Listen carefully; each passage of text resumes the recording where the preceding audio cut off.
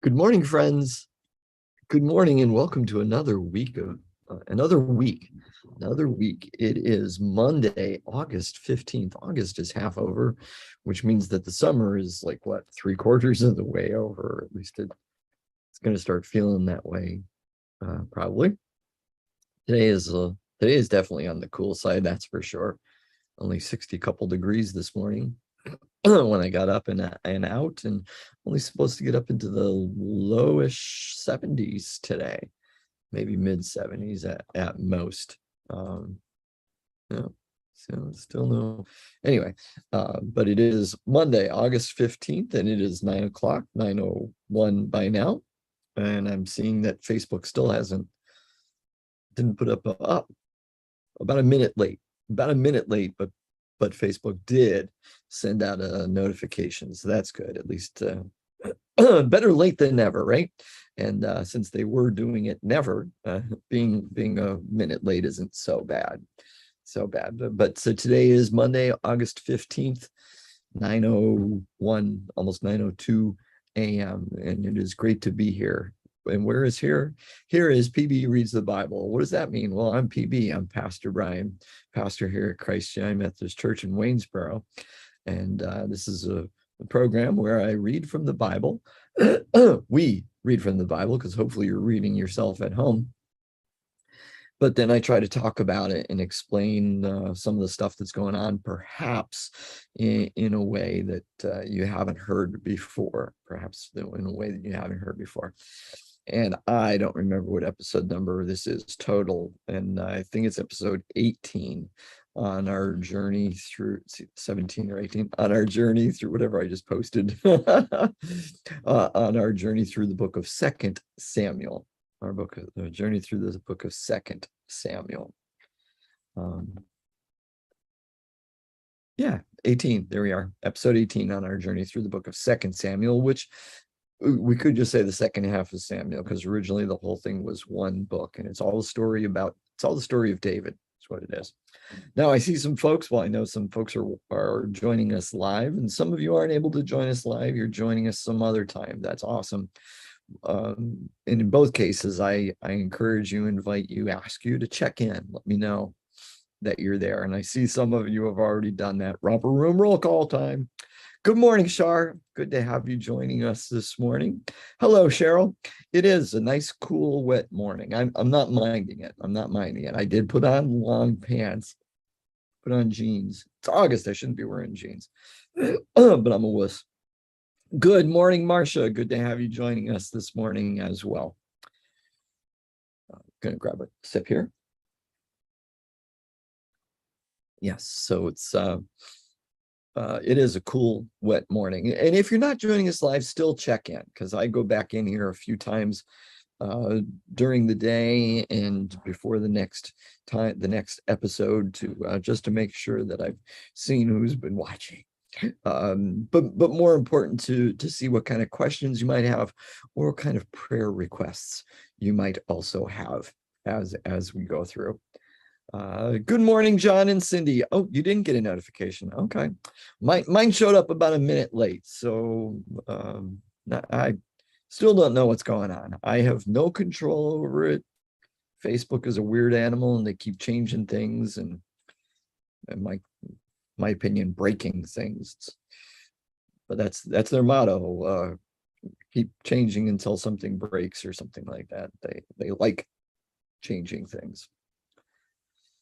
All right, so go ahead and put your joys and your concerns in there so we can keep each other surrounded in prayer as we share life together. Okay. Announcements. I do have an announcement. I'm going to say it now. Hopefully I won't forget, because I want to say it again later on as well. But we won't be having there will be no PB Reads the Bible tomorrow.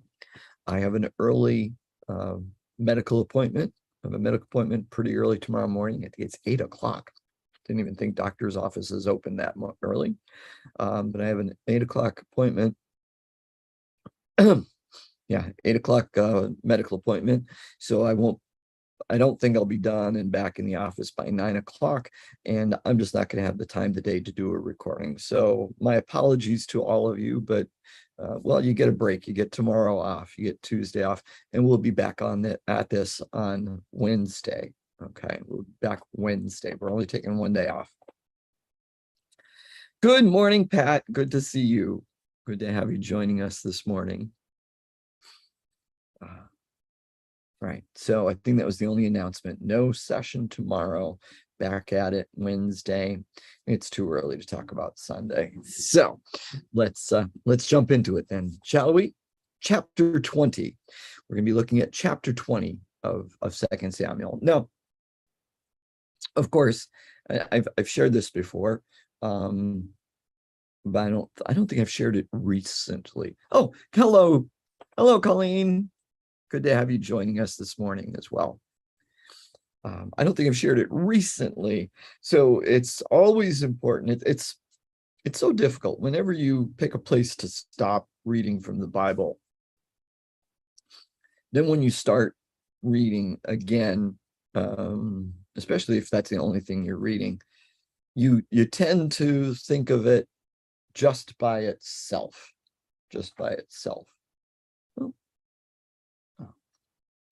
Well, thank you.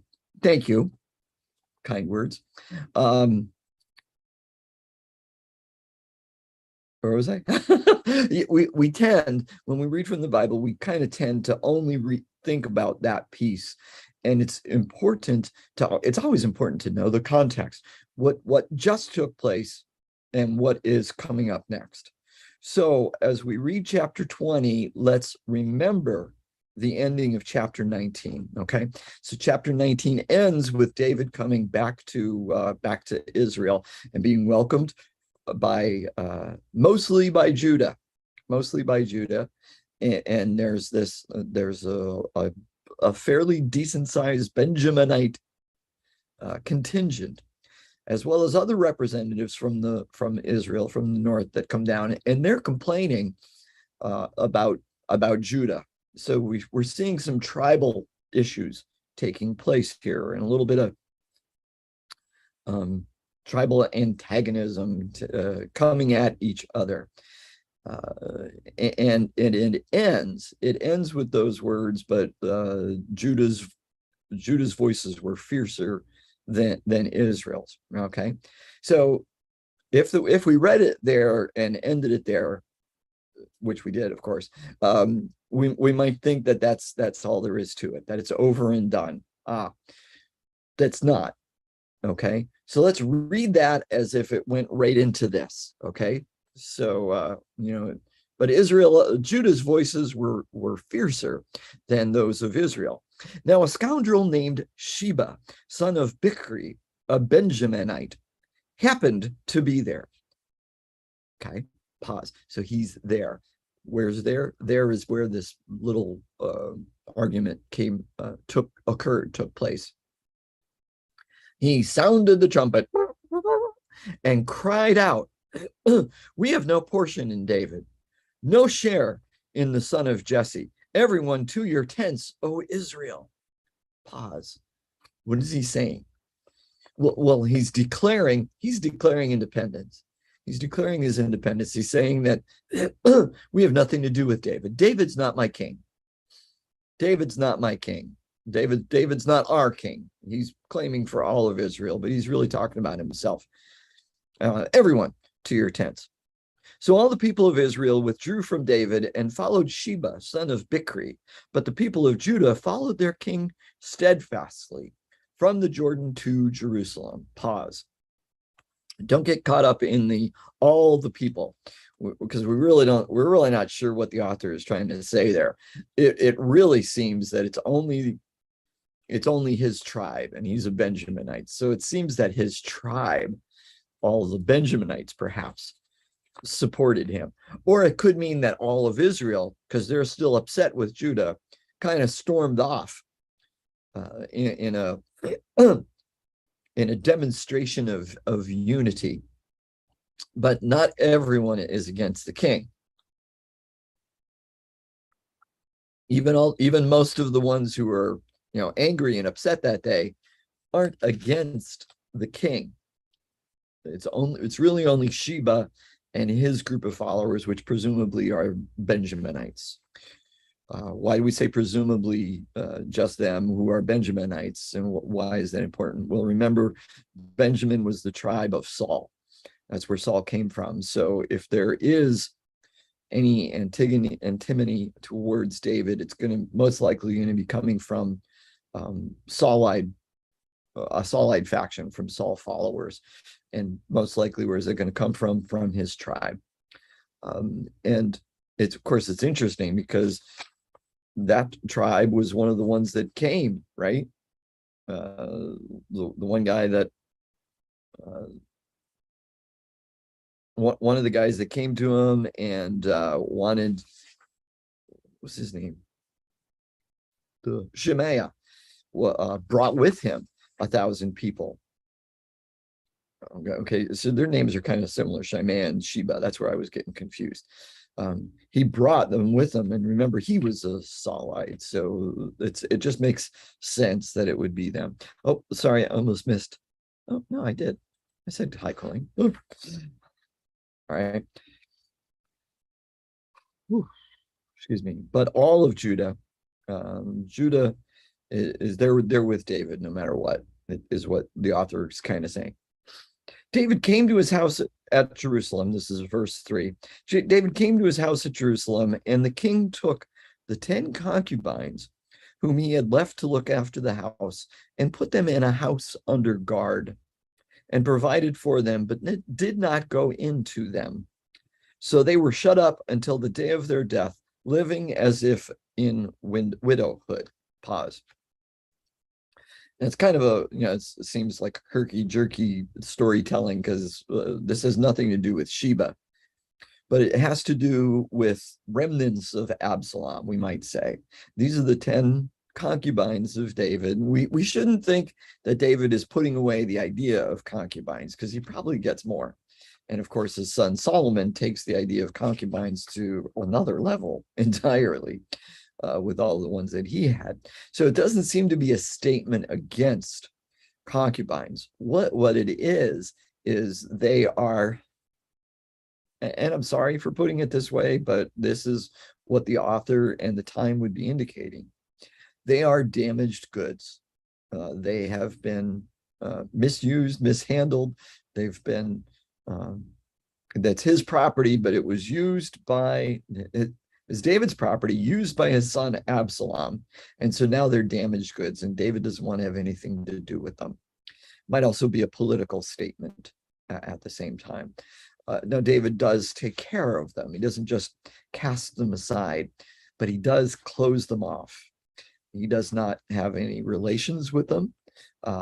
He gives them food and stuff, but he also doesn't let any others have relations with them. So he doesn't let them become married to somebody else or have children. So they have to spend the rest of their lives as if they were widows. It's terrible. It's terrible. Picking up from there. Then the king said to Amasa, "Call the men of Judah together to me within 3 days and be here yourself." So Amasa went to summon Judah, but he delayed beyond the set time that had been appointed to him, that had been appointed him. Pause. So we remember Amasa. Amasa was Absalom's military commander, and David, in an act of, in a political act to garner support, had given him command of David's army. Of the army of Israel, you're gonna let you stay in charge of the army of Israel in place of Joab. That's all that's important. David gives him 3 days to gather the army, the regular official army of Israel, of Judah in particular, of the south, and bring them before him. 3 days. Got 3 days. He doesn't do it in 3 days. We're not told why. We're not told why. Could it be that Amasa was dragging his feet? Could it be that he was intentionally delaying things? Or was three days entirely too brief of a time period in order to accomplish the task? And if so, did David do that intentionally? We don't know. Those are different possibilities. We might think that it was because that he was intentional in delaying because he still didn't like David. Very well could have been David intentionally too short of a time period, right?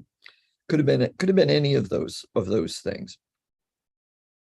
But what happens? Verse 6, David said to Abishai, now Sheba, son of Bichri, will do us more harm than Absalom.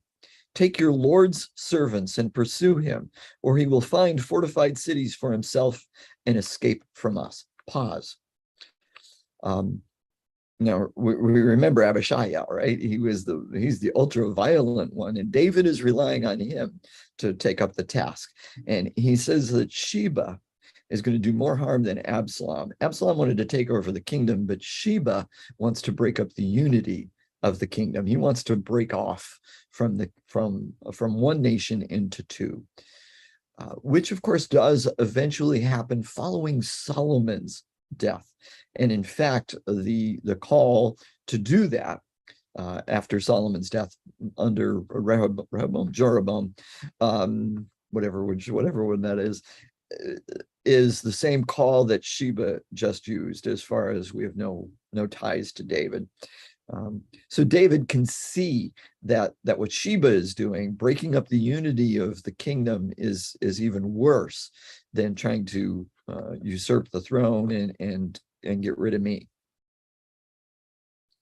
And he says, take your Lord's servants. This wouldn't be the army. This would be the mercenaries that David had always had with him, the ones that he had when he was escaping from Saul, the ones that he had that fought for him when he fled from Absalom, and then the ensuing battle against Absalom. These are the soldiers that he is giving to Abishai to go after Sheba, and make it fast, or he's going to get to a fortified city.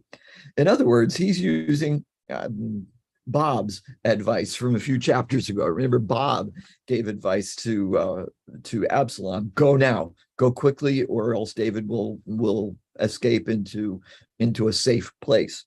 So he's telling him, go now, otherwise Sheba will go to a safe place. So we're going to pick up from there, verse 7.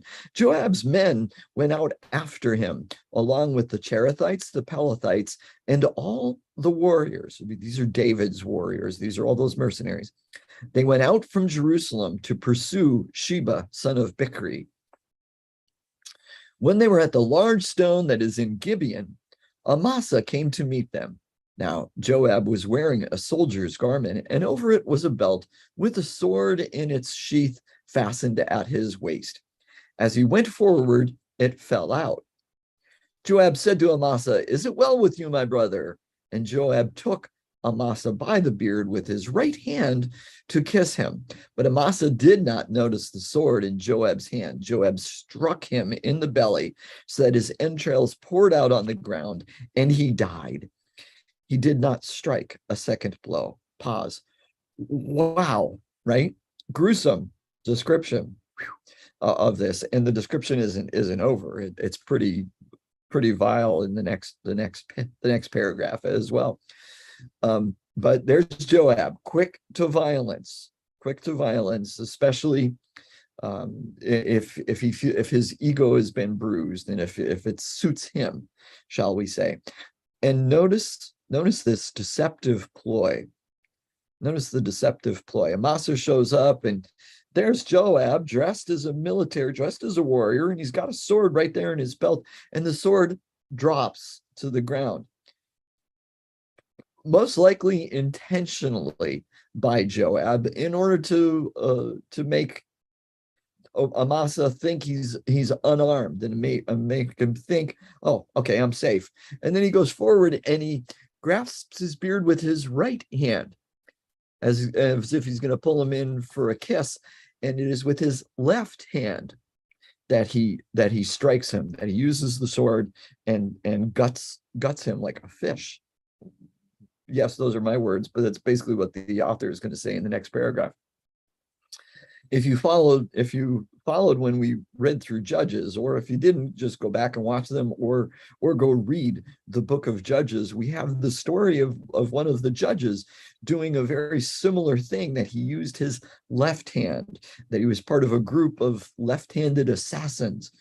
They were trained to use their left hand because people wouldn't expect it, because you always fight with your right hand.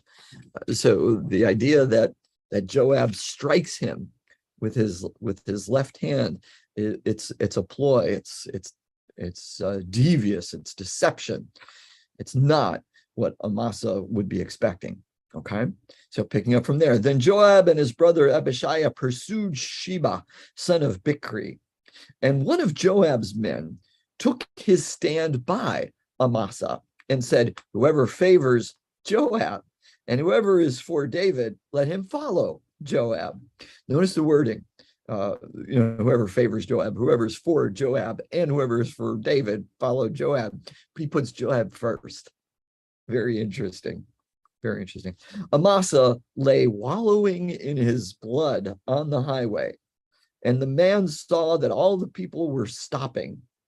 Since he saw that all who came by were stopping, he carried Amasa from the highway into a field and threw a garment over him. Once he was removed from the highway, all the people went on after Joab to pursue Sheba, son of Bichri. Pause. So who are all the men? Who are all those who came after? We can presume that this is now the army of Judah that Amasa had been instructed by David to go and collect, and that he is now on his way. Well, he was on his way to follow Sheba and get him. But so we presume that it's this army of Judah is them who are pausing to look at Amasa's body,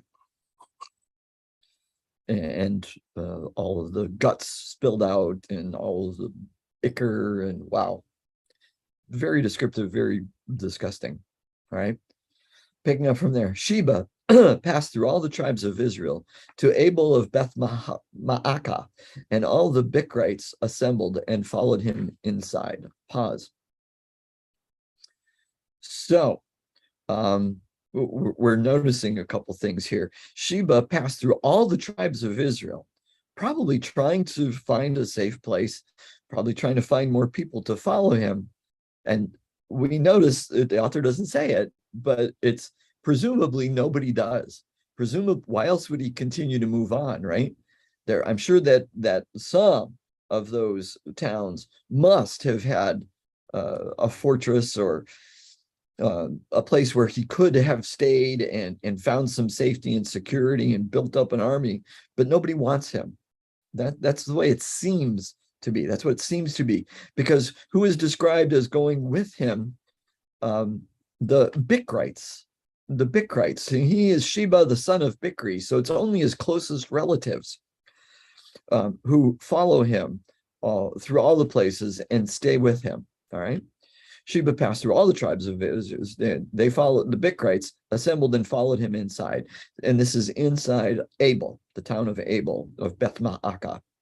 Picking up from there, 15. Joab's forces came and besieged him in Abel of Beth Maacah.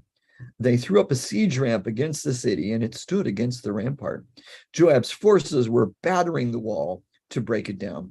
Pause. This isn't Joab's first rodeo, so to speak. They've done sieges before. He knows what needs to be done to be victorious with the use of a siege.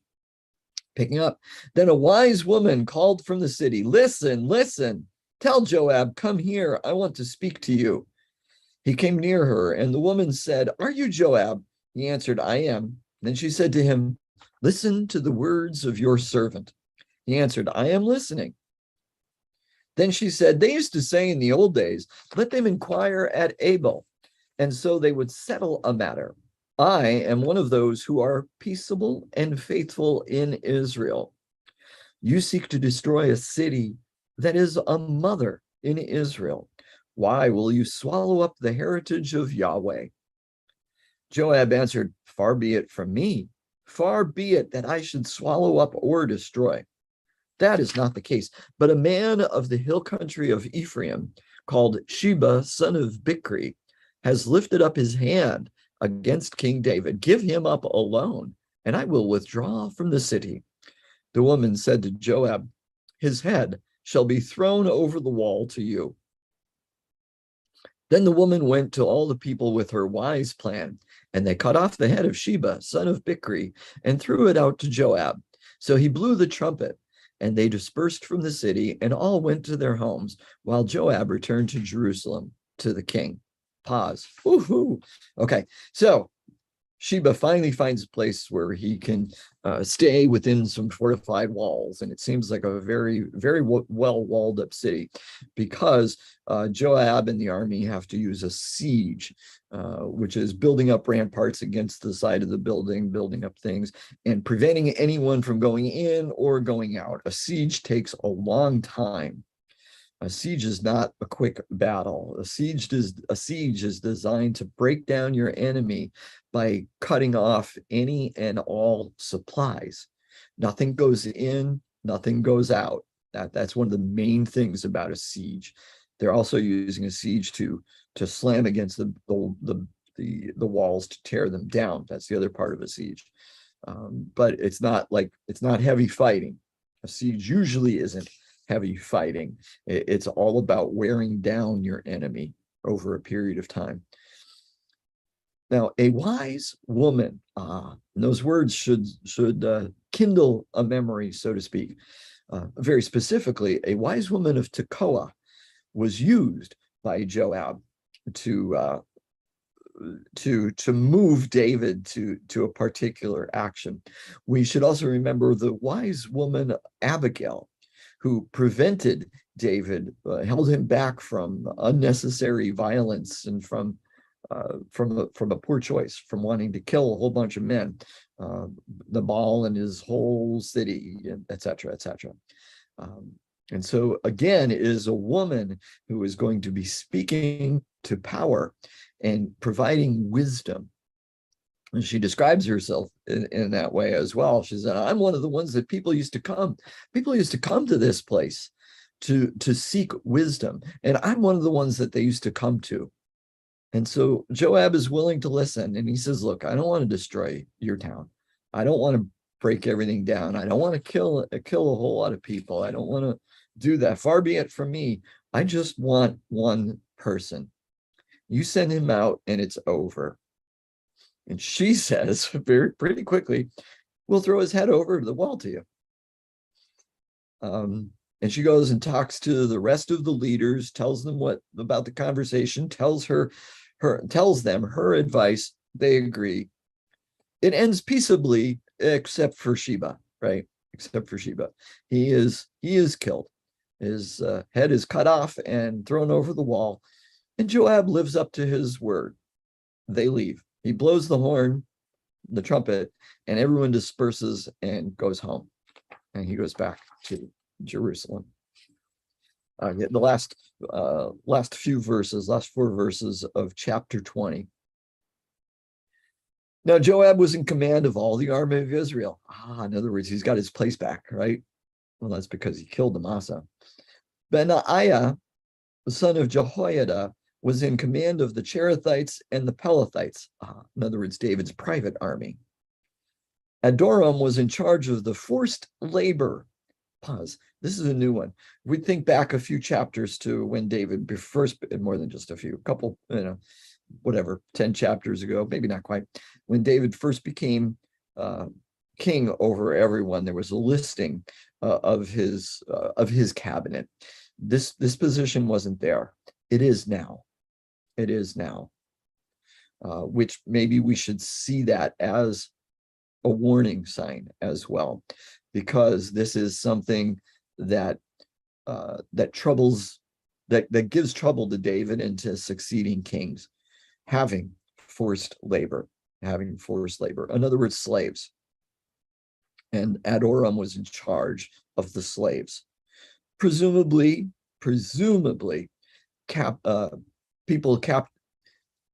people of other countries who were captured during war. All right. We most likely not Hebrew Israelite slaves. There might have been some who sold themselves into slavery because they couldn't exist for whatever reason, but most of them would be enemies taken in battle, taken in war. All right. Jehoshaphat, son of Ahilud, was the recorder. Shiva was secretary. Zadok and Abiathar were priests, and Ira the Jairite was also David's priest. Pause. End of chapter 20. And we'll pick up 21 on Wednesday. We're going to pick up on Wednesday because we're not having a lesson tomorrow. We're not doing this tomorrow. Just a couple things about it. If you look back at the earlier listing of David, you'll see some changes. The secretary's name is different. It's a different secretary than the one before. There is that new position of the first labor. And although most of them are in twos, right? Joab is the army, and Benaiah is the David's private army. There's the recorder and the secretary, and there's Zadok and Abiathar were priests. There's a couple exceptions to that. Adoram was in charge of the first labor. There's only one. But it's almost like to balance each other out. Now, the other difference that you will see if you look back at the old one is the other one said that David's sons were priests. They don't talk about David's sons here. The author says Ira, the Jairite, was also David's priest. So Zadok and Abiathar are the people's priests. We might say that Ira, who we don't have any other knowledge of, perhaps we can think of him as David's private chaplain, like the king's chaplain, right? And his personal counselor. All right, so that's it for today, my friends. And again, no, we're not having an episode tomorrow. I have my early morning medical appointment. And thank you for, concerns about that. We'll be back Wednesday morning at 9 o'clock. I do pray that this has been beneficial, that you've learned something, relearned something, that God's spoken to you in some way through what we've read and said this morning as you go about your days, not just today, but each and every day. Keep those eyes and ears, physical and spiritual, open to everything that our living, loving, active God is doing in your life and in the lives of those around you. When you see it, when you hear it, say, thank you, Papa, or God, Yahweh, Hashem, Mama, whatever way you want to say it. And then tell somebody about it. Until we meet again, my friends, be blessed.